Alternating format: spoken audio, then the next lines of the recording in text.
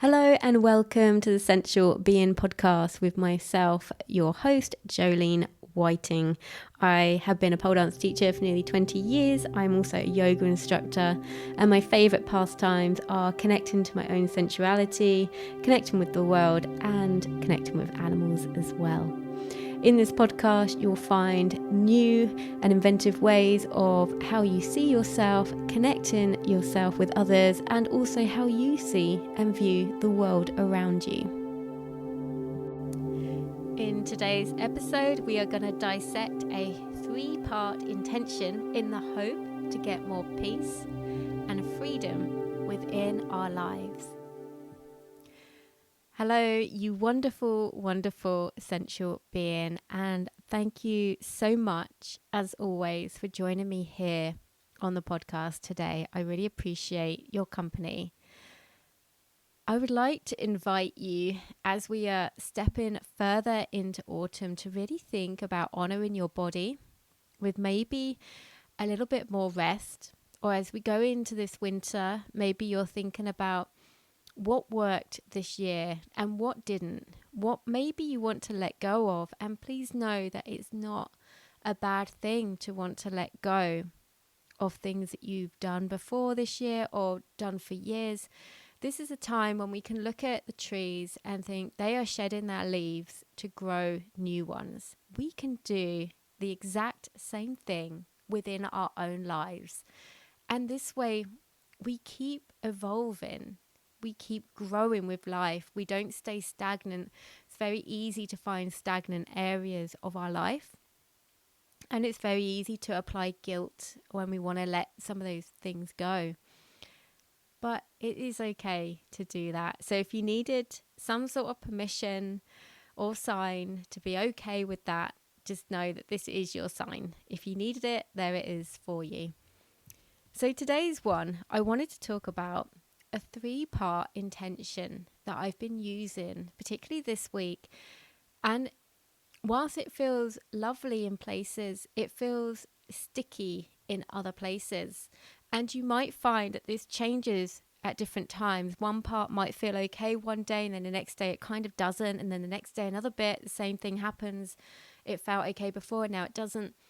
And I'd like to dive into it with you, because it is an amazing one, really, because if we can do all 3 parts of this intention, we can invite peace into our life. We can invite freedom into our state of well-being.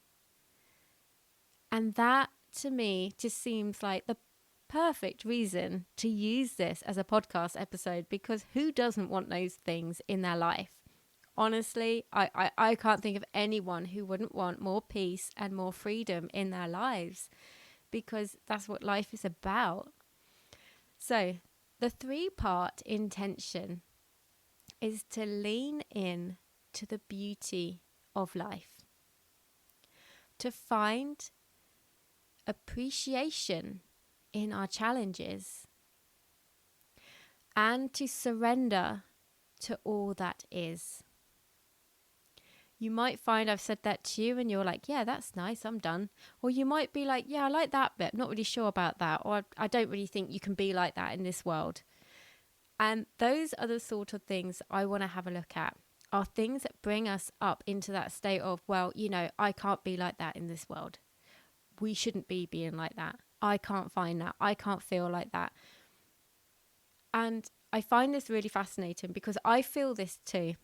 It feels sticky for me too. And I'm going to unpack why I think that is. And hopefully it will help you like it's helped me. So we'll have a look at it bit by bit. So lean in to the beauty of life. Lean in. Lean in is an invitation. It's an invitation to look beyond where you've been looking. Maybe you look out and you see a cloudy sky. Maybe there is some blue sky up there, but you're not looking at that. You're looking at the cloudy bit. And I'm not saying there isn't beauty in clouds. What I'm saying is we get a choice of where we choose to look. So if you're looking up at the sky and you're like, oh, it's just clouds, it's clouds again. but there is a glimmer of blue coming through, but you're choosing not to look at it. This is what I want to have a look at. So I want you to really invite leaning into the beauty of life. It's like when people, particularly people who live in very built up areas. I mean, living out in the countryside, is idyllic for a lot of people, but I know that there's a lot of people that live in cities and towns and they say, oh, there's no nature around me. And I'm like, there is always nature around you. For a start, look in the mirror because you're nature. Look outside, you've got the sky. There will be trees around you somewhere. There will be little plants making their way out of the concrete, little dandelions making their way out of the concrete to shine their light in this world. Nature really is everywhere. It really, really is in so many different ways. But sometimes we have to choose to look at them. And you can live, I tell you now, you can live in the most beautiful, beautiful spots in the whole of the world, and you can still be unhappy. And it's funny because I follow some van lifers that put their stuff up on YouTube, and I watch it and I think, oh, isn't that so idyllic? Isn't it lovely? And loads of them are coming out of the woodwork and saying the same thing. They are saying that they wanted to do van life because they thought it would make them happy. And then they've gone into the van, got off on their new life, and then gone, I'm still not happy. Because they are not looking for their own happiness. They're just expecting it to be magically transformed by like maybe a van and a van life, or maybe a new job. Maybe if I have a child, I'll be happy. Maybe if I have a second child, I'll be happy. Maybe if I get a dog, I'll be happy. Maybe if I get another dog, I'll be happy. Maybe you can see where the list goes on. And I'm not saying that any of that stuff is bad stuff. What I'm saying is we need to find the beauty in life. We actually need to do that, because none of these out things outside ourselves will actually help that. We actually need to find it within. What is going on within us? What is sticky within us that we need to have a look at to try and help? Because when we buy new things, you might be happy in that moment, but it's not actually lasting happiness. And this is why I wanted you to really lean into the beauty of life, because we mustn't forget that we're very much living in a society which, if you turn on the news, it is horrific. I remember when I was a kid that the 9 o'clock news in the evening would come with a warning. Oh, it was after, they called it the watershed. Don't really understand what that means. Maybe I've said that wrong. But, the 9 o'clock watershed, or the 10 o'clock news, it might be a little bit more, be careful if you've got your kids around and stuff. And I remember that used to be a thing. And now, honestly, the stuff that is going around for the news all the time, all hours of the day, and accessible to anybody, some of it is absolutely horrific. And I'm like, I can't watch that. What are you trying to do to me? Seriously? So we live in a world where fear is being injected into us. Oh, you can't do that. Oh, and to make you feel bad as well. Like there is suffering going on in the world, and the way they portray it on the news I'm talking about would make you feel guilty about living your life in a happy way, which is what we are all here and we are all meant to do. We are meant to do that, so please don't feel guilty for it. But I can understand the guilt. I can understand it. And we need to find a way to navigate that. Otherwise, we're living in a fear state. And so I'm fortunate that I'm not in like a war zone as such. There's other wars that are being fought when I look up at the sky, but that's a different war. Still a war, I grant you, but I'm not in a war zone. I'm very fortunate. I have a house to live in. I have a roof over my head.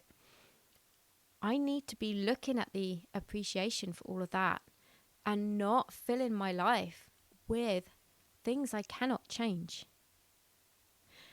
And I do love I love it and I hate this at the same time. The thing of, if you want to see the truth, you want to look at all your films. All of your films are telling you the truth. All your way out there sci-fi, all of that is telling you the truth. If you want to see the lies, turn on the news and have a little look at that. There's all your lies.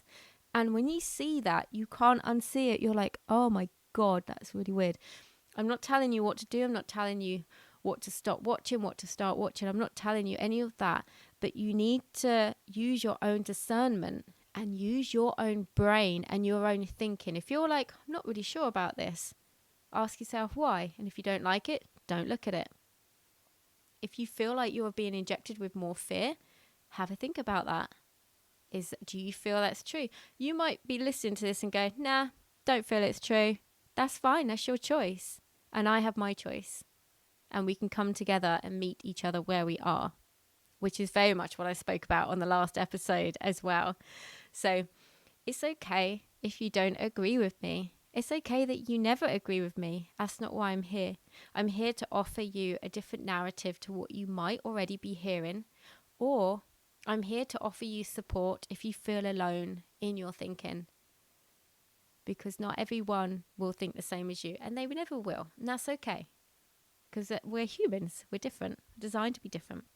So leaning into the beauty of life in a world injecting us with fear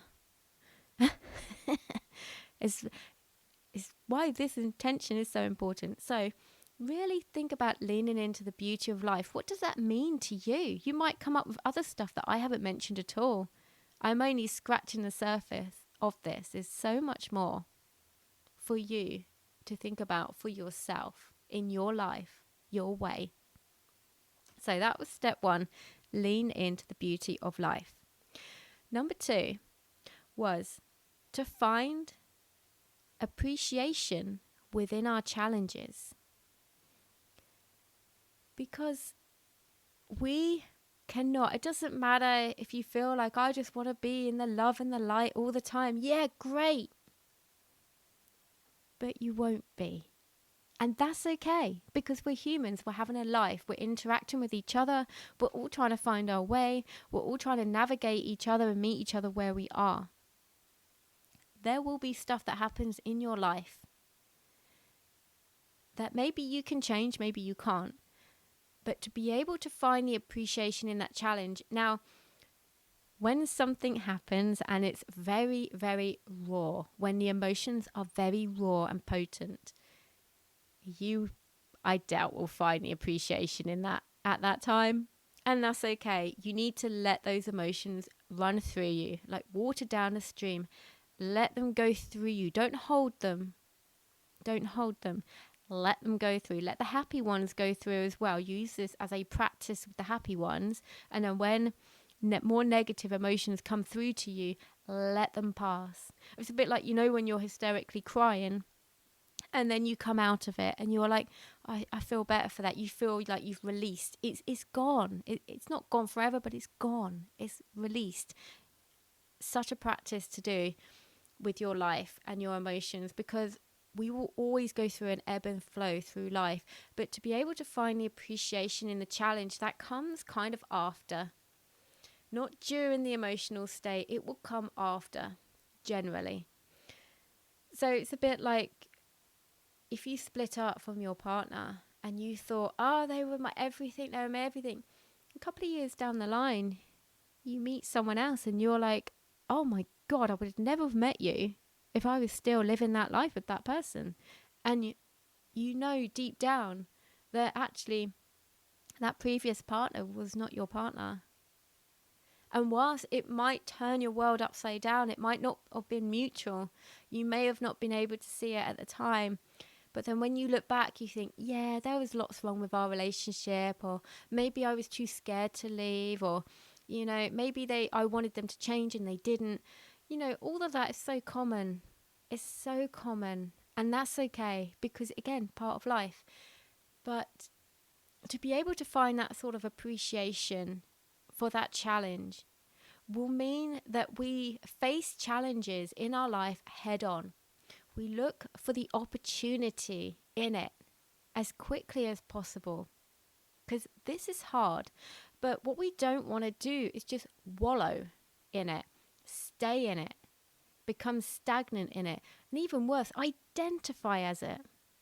I've had people ring me up before and they wanted to join my school, and they were like, oh, I just wanted to let you know I've been a victim of abuse. And I'm like, oh gosh, okay, oh, can I ask when it was? And they're like, yeah, 10 years ago. And I'm like, oh, okay, right. So you're identifying with that. And I've had this a lot in various different ways. And it's madness to see that people still use it as an identity. It's crazy. It's crazy. So we need to be able to find the appreciation in the challenges, but not to hold on to the sadness or the worry. We need to be able to allow that to move through us, find the appreciation. But like I said, probably won't find it in that immediate moment. You have to allow the time for your life to evolve a little bit more, for you to be able to come out of the raw state of emotion, to be able to see it. And then we move on to the third part of this, which is surrendering to all that is. This can be so hard, particularly when it comes to like grief, because you can't change that. And the worst thing you can do, from my own experience, is to keep asking why. Why that person? Why did it happen? Why at that time? And you don't get any answers from the universe, because I did this when my dad passed years ago. I did this and I literally spiraled in my own head. I can see it. When I look back, I can see how much I really spiraled. I couldn't get out of bed. I could hardly get out of bed. I was in bed for like 12 hours a day because I just spiraled in it so much, asking why. Why him? Why my dad? Why this time? It's too early.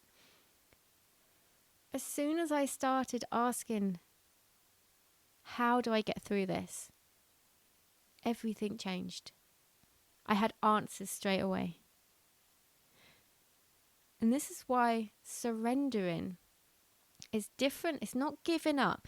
Giving up is an attitude. Giving up has quite they're so closely linked. You might think, giving up is surrendering. It's not, because surrendering comes with an element of trust. You're still putting the energy out there and you're just trusting. When you give up, it's almost like you shunt it to the side. There's like a forcefulness with it. Oh, I just give up. There's no trust in it. And like I say, they're both very close. Very, very close. From the outside, no one might know if you're giving up or surrendering. They might not know, but you'll know it inside you. You'll feel it churning your stomach. If it's a giving up, you'll feel it probably churning you up inside. If you are surrendering and trusting, it's a letting go. It's a letting go. It can also be like forgiveness as well. And it's putting your trust into the universe that what is happening in the right way for you in that moment, even if it feels so sticky and so sticky. You need a whole new word for it. To be able to trust to the things you particularly cannot change. The things that are not in your control, and they can be big or small, it does not matter. But the second we can start to trust, surrender, we can let go and forgive. And nothing invites more freedom into your state of being, into your state of being as forgiveness and letting go. It's like, even if you just take a deep breath in through your nose, and as you breathe out, let go. Just that act. Now that is more embodying that feeling of letting go, because you're literally bringing air out of your mouth. You're dispelling old air that you don't need anymore. You can literally picture it taking away particles and fragments of your life that you don't need anymore. And there shouldn't be any guilt attached to this. And I know there'll be some guilt, and you can let that go too. If you feel guilty for allowing yourself the freedom to live on with your life in whatever way that takes form, you can then suddenly feel guilty for that. And I urge you to come back to this again. Take a deep breath in, breathe out that guilt. Imagine it leaving your body, because we all do this in different ways. So some people might be very visual. So you can close your eyes and imagine that as you're breathing out, that it's taking like certain colors or patterns with it. You might be more on like feeling in your body. Therefore, that deep breath in and breathing out, you can literally feel it leaving your body. You might be on the sound. You might want to really with your out breath and really hear it leave your body. There's different ways of doing this, and different ways will connect with you more. And it's finding your way, because the world that we live in, it's never been a more important time to actually tune in to ourselves, to be able to lift ourselves up, because there is so much around us that's trying to bring us down. It's just so much. I mean, it's from social media, it's from the news, it's from even films are depressing, that and they mix with they play with your dopamine levels so much. So if you are an anxious person, maybe you need to look at your inputs and like what films and stuff you're watching, because even happy stuff like Disney, I hate Disney now. Disney likes to beat you up at the start and then lift you up at the end. And then we look to Disney as our savior as well. Like, oh, I love Disney. It makes me feel so good. No, it doesn't, because it beats you up before it brings you up. It's like a really abusive relationship. But we still go, oh, hail Disney, I love you. It's madness. It's madness. But yeah, look at what your inputs are. And the same with scrolling, because it's dopamine hit after dopamine hit, and so it's bringing you up, and I need another one, bring you up, need another one, I've got a like on a video, liking this, I've got a comment there. There's so much. If you can give yourself a break, and it's amazing, because when you literally, if you go for a walk, put your phone on airplane, or better yet, leave it at home and just go out for a walk. I mean, God, I used to do this as a kid, but who does this now? Going out without their phone. Oh no, what about if I break down in my car? What about it? And it's like, you just deal with it. You'll find a way of dealing with it. But worst case scenario, just leave the phone in your pocket, put it on airplane mode, don't look at it, don't even take pictures. Use the walk that time just for you, and see how you feel at the end of it.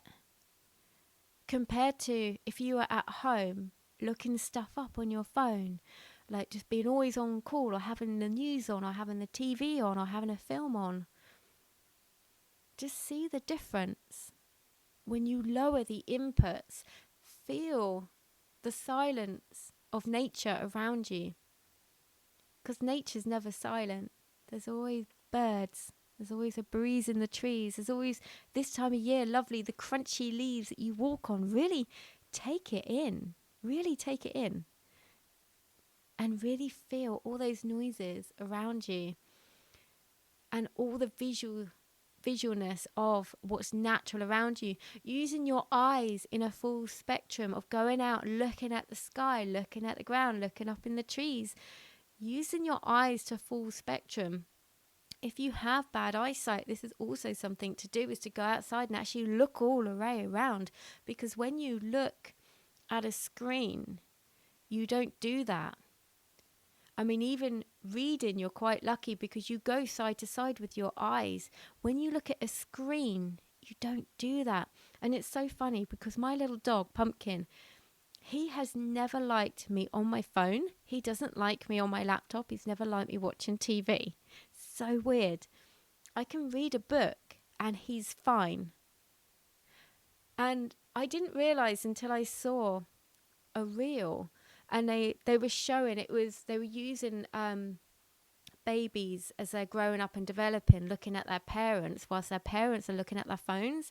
And I didn't realize, but the expression on our faces when we look at our screens, and we're just looking down as well, so the eyelids have dropped as well, so we're not even engaged in life in the same way either, but our face is dropped. It's dropped. So our kids are looking at us and we're just like zombified, literally.